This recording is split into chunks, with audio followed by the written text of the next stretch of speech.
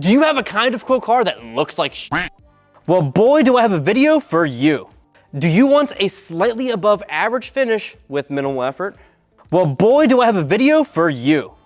Do you want a paint job that looks good, but doesn't need to be great? Well, boy, do I have a video for you.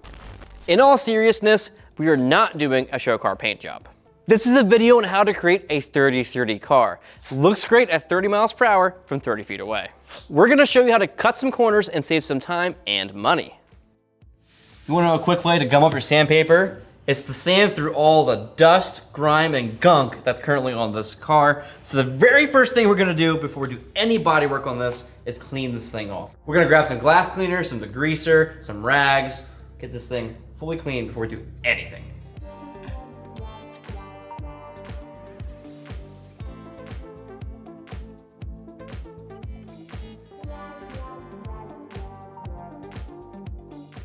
So we've got the outside cleaned up as much as it needs to be to not gum up paper anyway. The next thing that we're going to do is remove anything that's in the way of painting this thing correctly.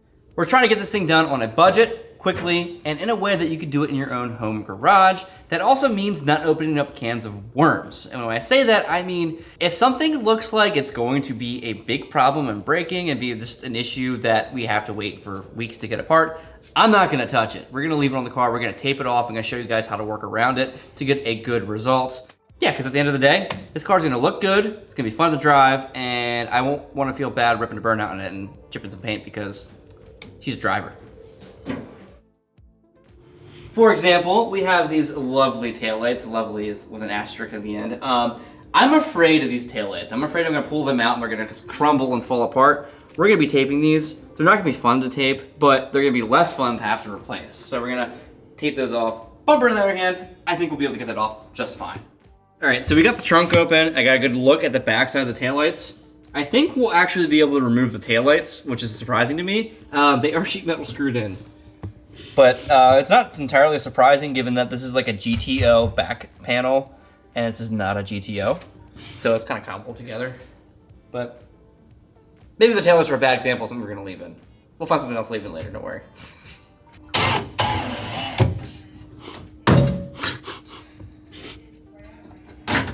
All right, so it really did want to come out. It was just one single screw holding it in. I'm just gonna leave this in the trunk. Yeah, this is what I, look at that.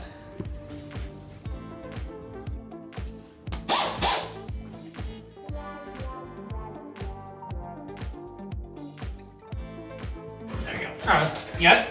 Yep, don't drop it. Oh.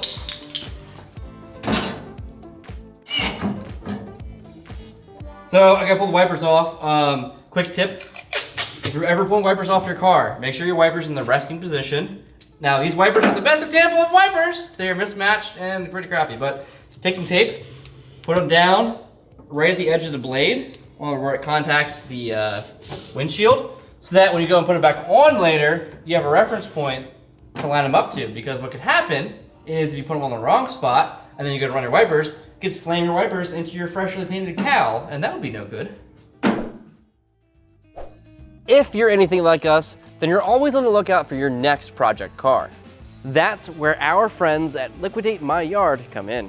They've built an online marketplace filled with project cars, donor cars, and hard-to-find parts cars sourced from collections and salvage yards across the country. Whether you're into American muscle, Japanese imports, or anything in between, they've got what you're looking for. Shout out to Liquidate My Yard for giving us this Le Mans and making these videos possible. If you're looking for your next classic project, or you have a car that you're ready to sell, check out the link in the description. Now, let's get back to work.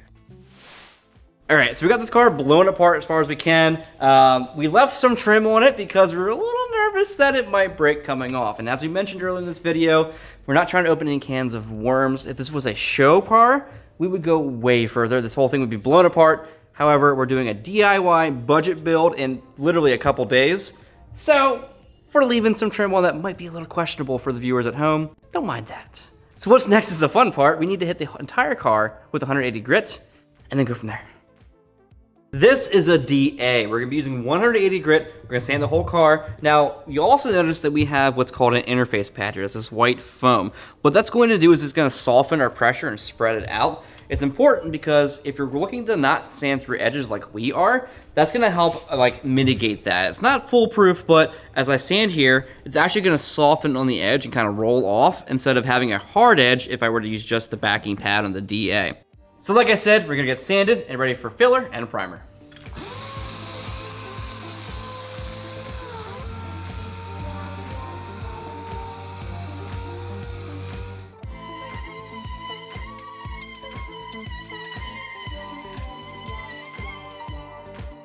So the DA in the auto body world is nicknamed as the round block. When it comes to body work, you use blocks to sand out your filler and any other materials to be nice and flat. And we'll go over that later in the video when we do body filler.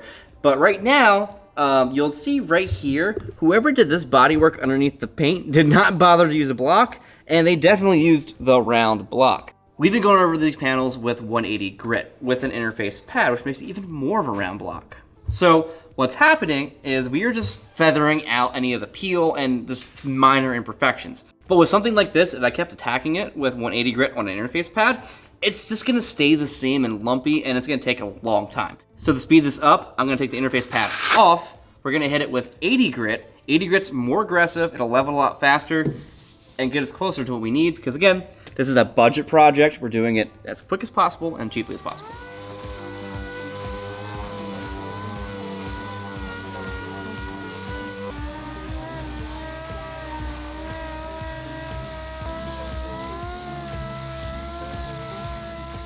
So you probably noticed I was sanding in an X pattern like I would with a block. What I'm doing is trying to just keep spreading out how I'm blocking it down to make sure that it's remotely level. It's more of a suggestion because like I said, this is the round block, but this accelerated a lot of the process. So now this is probably ready for some body filler where it's at. We got a really deep gouge right here that's in the filler. I'm just gonna fill that. If I were doing an actual restoration, I would take this down to bare metal and bring it back up, but budget, baby, budget. So Dave and I were just talking. He just asked me why my half of the panel over here cut so much better compared to his half over there. There's a lot of paint on this panel. We've used it for some testing. What I did to make sure it sanded well was, first off, I used like a sacrificial piece of paper. So I was sanding all around, I guess like lightly skimmed over this panel. I kind of like got like that skin off the top, and then I went back with a fresh sheet of paper to cut back down to really remove that peel. So depending on what you're sanding, it may gum up your paper a little bit, and then it could be basically you're sanding with like half the grits or less than you started with. So it's kind of nice to like break through first, and then switch your paper to something fresh and really hit it, and it goes so much faster. So you guys kind of play around with it a little bit, but little tricks like that will make this a lot faster, which is what we're trying to do. So I'll skim.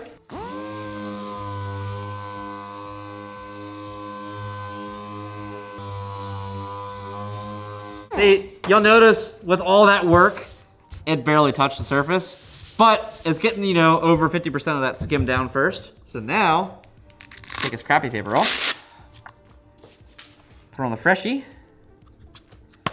and see how it stands now.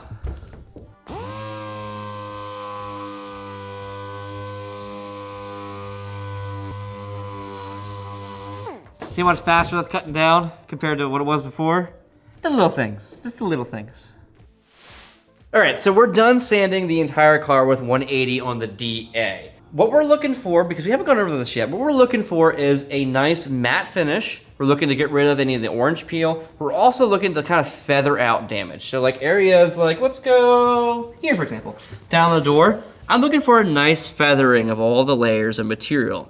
Now again, like earlier I mentioned, if we were doing a full restoration that was like a show quality car, I would strip all the paint off and we'd be skipping this step. But we're trying to put lipstick on a pig here, so we're just gonna kind of feather out the damage, and then we're gonna put our material on top of it, because if you have hard edges where like the paint's like a hard edge right here, that could potentially peel back and come back right away. And also what could happen is when you paint it, the solvent will kind of seep it in between the layers, and it's gonna like suck down and you get what's called mapping, and we don't want mapping. So what we're gonna do next is we're gonna climb around this car. We're gonna look for dents to fix, which we're gonna fill. We're gonna look for these holes like here for the badges that we do not have. So we're gonna grind these down, we're gonna weld them shut, we're gonna fill them, get them nice and smooth. We're also going to deal with trim. So we're missing a lot of trim on this project. We're not gonna go buy that trim. What we're gonna do instead is we're gonna grind down anything that the trim attaches to. So we have a bunch of studs, we have clips, things that we can't really get out easily. We're just gonna grind it flush. Might have to weld those holes shut too. We'll see what's behind there. And then we're gonna fill that and smooth it out as well. Anything that we can do to get this car looking great, quickly.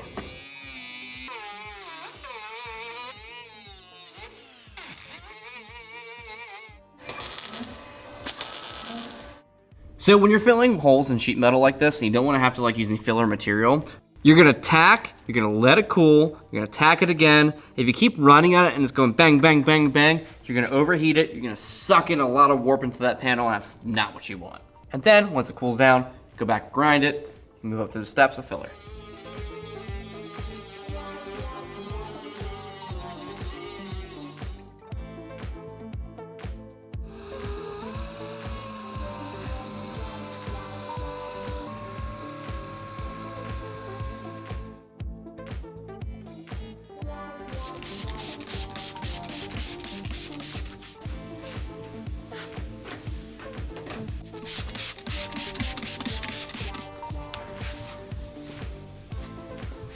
So what you guys just saw was a really quick clean down. Took some of the greaser, wiped it down, got the dust off, the grime. Because what we're gonna do next is epoxy primer. I know that we're doing a cheap budget project that's quick. However, yes, we're cutting corners, but this is a corner I'm not gonna sacrifice. Epoxy primer is a very important substrate to put down as a solid base to work off of. It's gonna be a barrier, because right now, you can even see right here of all this ringing, like this white paint down there, that might be lacquer, I'm not sure. There's at least probably 9 different layers of paint there, right? And there's a chance that one of those layers might react with urethane. So what I'd like to do is just get a nice solid base down with epoxy. This is epoxy we're gonna roll on as well, which is kind of nice, you don't have to worry about overspray. So instead, we're doing a rough tape job with the tape. So anywhere that's trimmed that I might bump up against with epoxy, I'm giving a quick tape. That will help with the final product, because this chrome trim is not gonna be chrome when we're done, but I don't wanna make extra work for myself by having to get overroll off of it. So we're gonna finish taping this car and hop onto epoxy. So let's talk roll-on primer. Some people love it, typically the people that have used it, and others not so much. Let's dig into it. When you roll a primer on, you don't have to deal with overspray, which includes in your shop, or if you're outside and you get oversprayed in your car from epoxy, which I've had experience of in my own car, you don't have that problem. The other thing you have to deal with is less masking time. And of course, it does flow out. You're gonna have to sand it, so whether you spray it or whether you roll it on, it's gonna need to be sanded anyway. It's a time saver regardless. I'm not gonna bore you with the rest. There's websites, you can Google it, you can figure it out. We're gonna dig into it, and yes, there's some mixing involved, but it's really simple. So if you've never used a mixing cup, don't worry, it's pretty straightforward. For this system, we're gonna use 1:1 ratio. Other common ratios would be 2:1, or 3:1, but we're not gonna worry about that right now. This car is a slab. It's gonna need a good bit of product, so we're gonna do the maximum that we can mix in this cup. So I know that's gonna be here at the top of the 6. So to half that, I'm gonna go down to the 6 down here. So we're gonna do 6 of the epoxy, 6 of the activator, and then we'll be good to go. So enough talking, let's roll this on.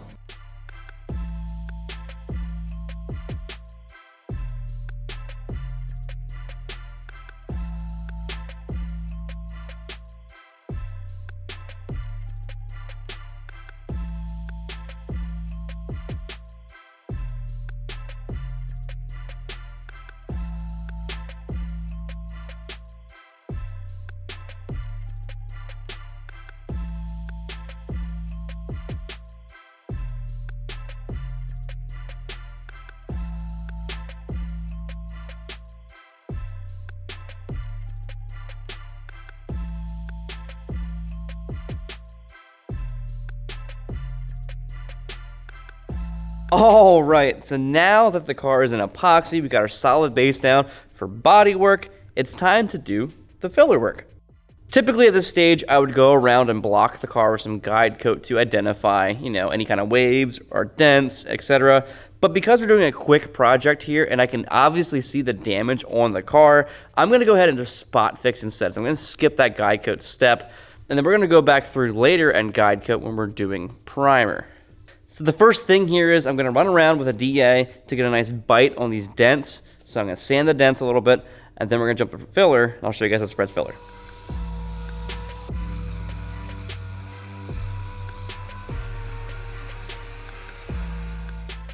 We're all sanded down. What's nice about this epoxy is that you have 5 days to top coat it because it remains open for that period. It's only been like 3.5-ish days so far. So I don't have to go heavy in the sanding because any material on top will still stick regardless of sanding.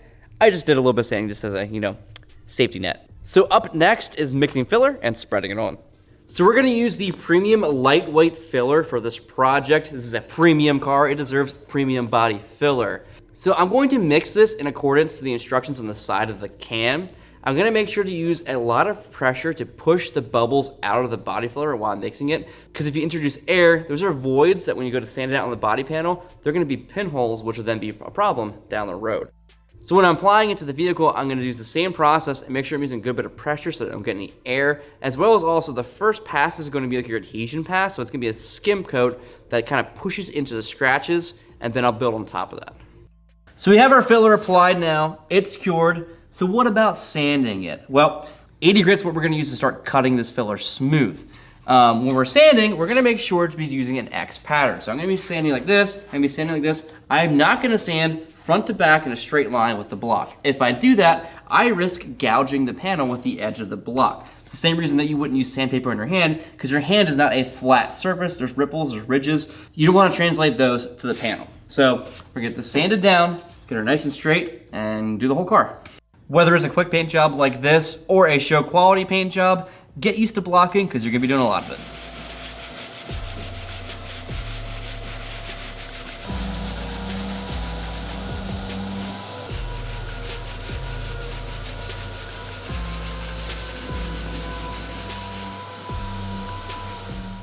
Quick pro tip, while you're sanding with your sanding block, don't push down too hard. You might end up flexing your panel, which when it pops back out, you're gonna have a nice ripply panel afterwards.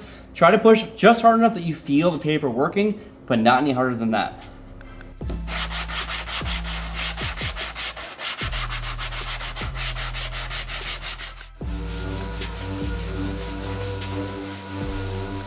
So just like earlier with the epoxy, we're gonna roll on the urethane primer as well. Now this is a high build urethane primer, but it's not a poly, so we're not gonna be able to stack it like we would with a polyurethane.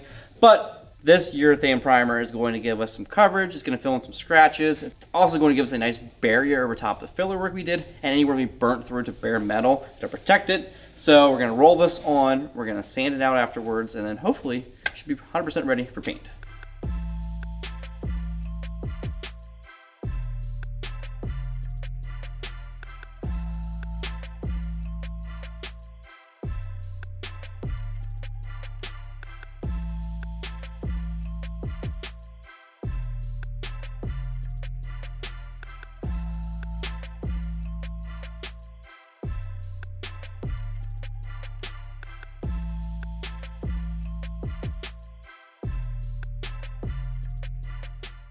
I'd say she looks pretty good. We got our primer on, so now we're gonna block it all out with some guide coat. You'll see the surface here is pretty smooth for being rolled on. I'm pretty impressed with how this stuff lays out. So now it's time to block some more.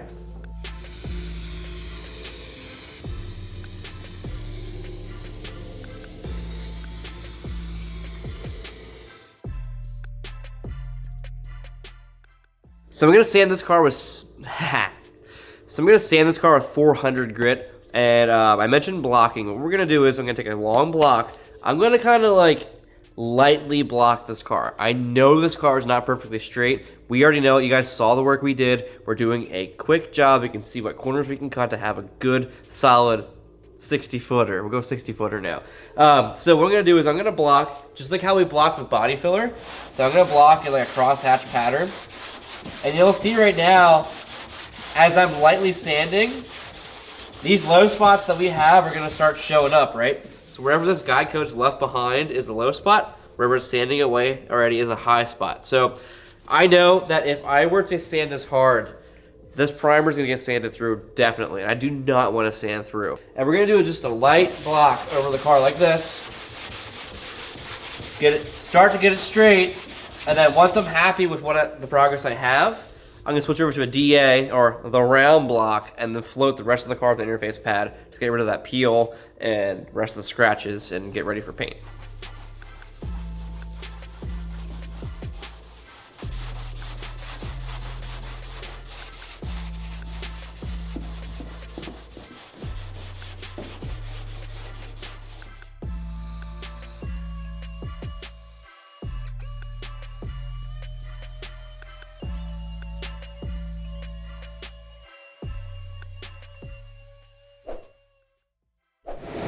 All right, so we got her in the blow up booth. We blew her off, we put the filters back in the booth. Now it's time for prep. When you're prepping and you want to get all the dirt and grime and dust off the car, spray it on the car first, then wipe it up. It's because this cleaner will pull all that dirt out of the scratches for you, and then you're just removing it with the rag. Don't spray your rag first, spray the panel. Make sure as you're wiping down your car for paint, we're doing this before we mask. Make sure you also clean areas you're gonna be masking because you want your tape to stick. That includes the windows, that includes the backside of the wheel arches. Anywhere that you're gonna have potential issues with paint sticking, clean it. While masking isn't the most exciting part of the job, it's arguably one of the most important steps in getting the best possible final result. Not only does proper masking protect the trim, glass, engine bay, and other areas from overspray, but it also creates clean, crisp paint lines that make the finished paint job look much more professional. Masking tape is great for covering intricate areas like the trim, while masking paper and plastic make it easy to cover larger areas like the engine bay and windshield. And don't forget to cover the wheels. A few trash bags work perfectly for this. After about 30 minutes of masking, we're ready to lay down another layer of foundation with primer sealer. So we're gonna be using the Urethane Primer sealer. This stuff comes pre-reduced to make it a lot easier, a lot less guesswork there. We're gonna mix it 4-to-1 with the activator. So just like before, we're mixing the OptiFlow. But instead of rolling it on, we're gonna spray it on. This is basically gonna be a last ditch effort of a barrier between the filler that's showing and anywhere else we burn through to help minimize any mapping that comes through, which when you can see the edges of different materials. So this will be our last ditch effort to help keep this paint looking good. This will help us cut some corners to get this project done faster. And honestly, even if we didn't burn through the primer, I'd probably still seal anyway. I like sealing cars, helps the longevity of the paint process. So we're gonna mix this, throw it in the gun, climb in the booth, and we're gonna spray it. When applying primer sealer with a paint gun, you want to keep the gun about 6 to 8 inches away from the surface while maintaining a consistent speed. Try to keep the gun perpendicular to the panel through each pass. This will help the primer sealer go on more evenly and reduce the chance of runs and dry spots. As you work across the panel, overlap each pass about 50%. This gives you uniform coverage and helps eliminate striping or thin areas. It's also a good idea to start moving the gun before you pull the trigger and release the trigger just after you pass the edge of the panel. That prevents excess material from building up at the beginning and end of each pass.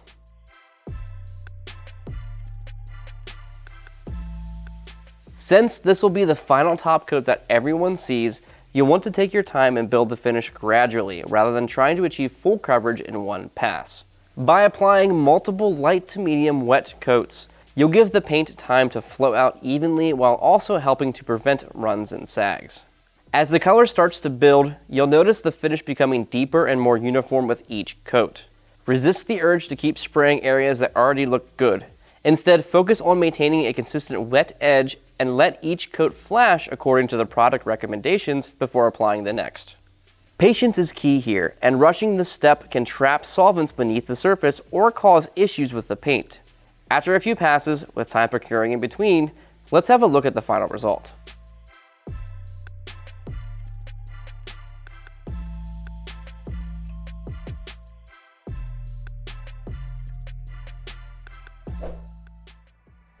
So as you may have seen, we had some issues with the sealer spraying in the booth inside the studio. Our booth was custom made to work inside the studio. This is the first time we used it for like a full car experience, and the airflow didn't work out the way we wanted it to.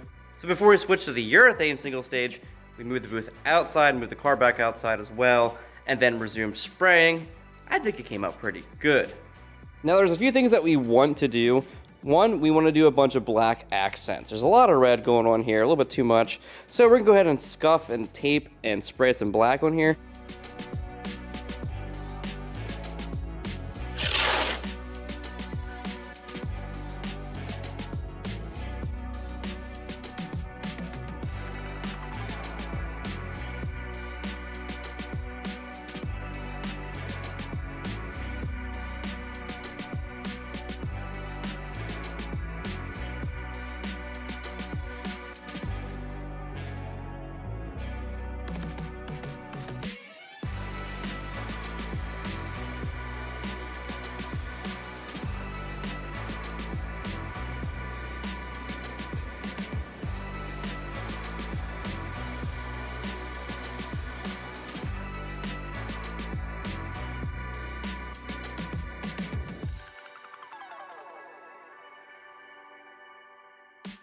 So Gold Star sent us a replacement hood for this car. The one we had originally was pretty rotted. I already went ahead and primed it and prepped it. So what we're gonna do next is we're gonna spray it with our 2K Aerospray Rat Rod Black. This is in satin finish.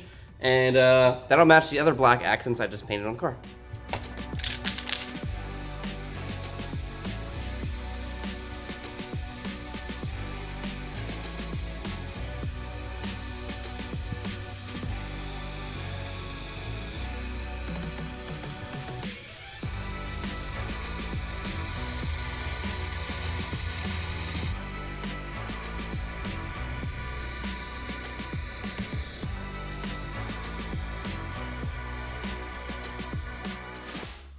Johnny, you did a very good job cleaning these bumpers up and painting them. Yeah, thank you very much.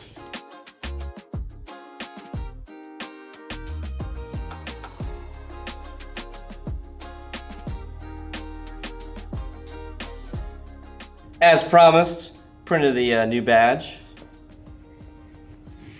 Gonna go right about there. Yeah. GTO!